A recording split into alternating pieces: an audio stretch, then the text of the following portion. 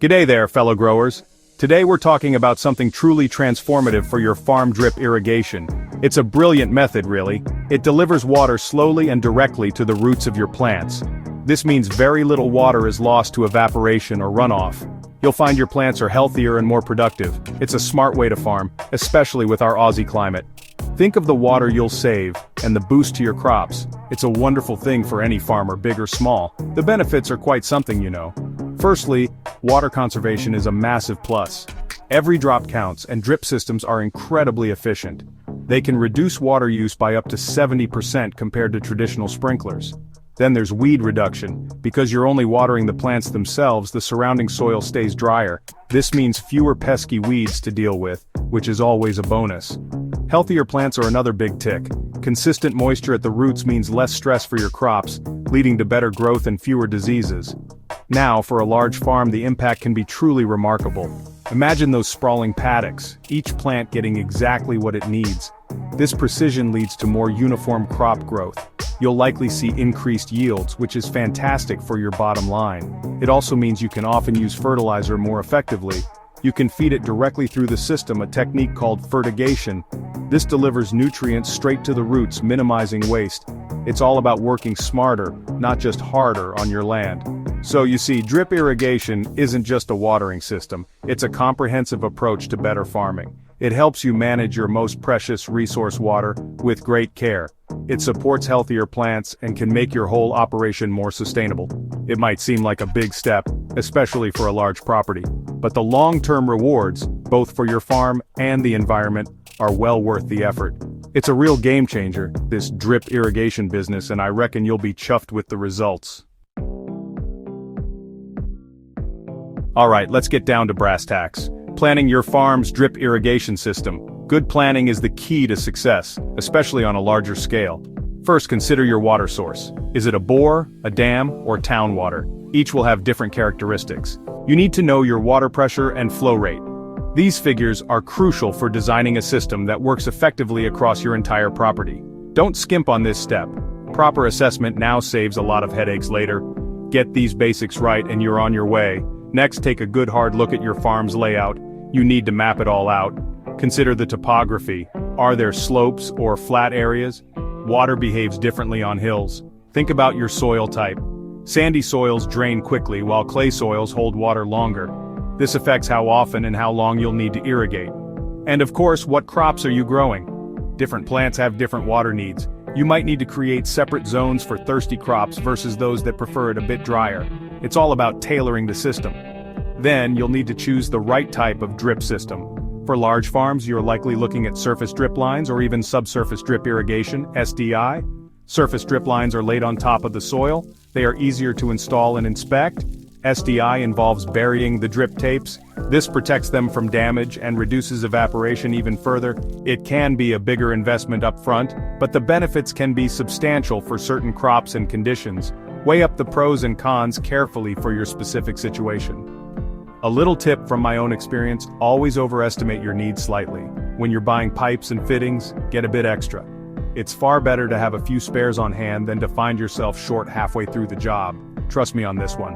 Also, think about automation. For a large farm, automated valves and controllers can be a lifesaver. They allow you to schedule irrigation for different zones with precision. This saves you an enormous amount of time and ensures your crops get watered consistently, even when you're busy elsewhere. Right then, let's talk about what you'll need to get this system built. For materials, your main water line is the backbone. This is often made from polypipe or sometimes PVC, especially for larger diameters on a big farm. Then you'll have sub-mains branching off, and of course, the drip tape or tubing itself. This is the stuff with the little emitters or drippers that release the water. Choose good quality materials, they'll last longer and give you fewer problems. It's an investment in your farm's future after all. You'll also need a good filter system. This is absolutely critical, especially if your water source isn't perfectly clean, like from a dam or bore. Screen filters, disc filters, or even sand media filters for very dirty water are essential. These prevent your emitters from clogging, which is the most common issue with drip systems. Pressure regulators are also vital. Drip systems operate at low pressure, so you'll need these to step down the pressure from your main line. And don't forget valves, connectors, elbows, T's, and end caps. Lots of little bits and pieces. As for tools, you won't need anything too specialized, but a few key items will make life easier. A good pipe cutter for clean cuts on your poly pipe is a must. If you're using drip tape and separate emitters, you'll need a hole punch. For a large farm, if you're burying any main lines or sub-mains, you might consider hiring a small trencher. Otherwise, a good spade will do the job, but it's hard, Yaka. A measuring tape, stakes to secure your drip lines, and zip ties will all come in handy. Preparation is everything. Now the installation itself. Start by laying your main water line from your water source. Connect it to your filter system and then the pressure regulator. This is the heart of your system. Next, run your sub-main lines.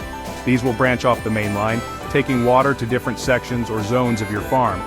Install control valves for each zone. This allows you to water different areas independently, which is very useful. Take your time with this stage, ensuring all connections are secure and leak-free. Double-check everything as you go. Once your drip irrigation system is up and running, a bit of regular maintenance will keep it in top nick. The most important job is checking your filters. Depending on your water quality, you might need to do this weekly, or even more often. If your water comes from a dam, for instance, it might carry more sediment. Clean or replace the filter elements as needed. A clogged filter reduces water flow and can lead to all sorts of problems down the line. It's a simple job, but a crucial one. Make it a habit to walk your lines regularly. Stroll through your paddocks and keep an eye out for any issues. Look for leaks, especially at connectors. Check for any kinked or damaged drip lines. Animals or even farm machinery can sometimes cause damage. Also look for emitters that might be blocked or not dripping properly. Spotting these things early and fixing them promptly will save you a lot of bother and ensure your crops are getting the water they need. It's just like tending your garden, but on a bigger scale. Seasonal maintenance is also a good idea. At the end of the growing season, or before winter if you get frosts, it's wise to flush the entire system thoroughly. This helps to clear out any sediment or algae that might have built up. You can do this by opening the end caps on your drip lines and letting the water run through for a while. If you're in an area with harsh winters, you might need to drain the system and store some components like filters or pumps safely away to prevent frost damage. Finally, a bit on troubleshooting common hiccups. Clogged emitters are the usual suspects. Sometimes you can clean them, or they might need replacing. Low pressure in a section can indicate a leak somewhere, a blocked filter, or perhaps an issue with your pump. Uneven watering can be a sign of kinks in the lines, more blockages or pressure not being regulated properly in that zone. Don't be disheartened if you encounter a few issues. With a bit of patience and know-how, most problems are easily fixed. Your drip system will soon become an invaluable mate on the farm.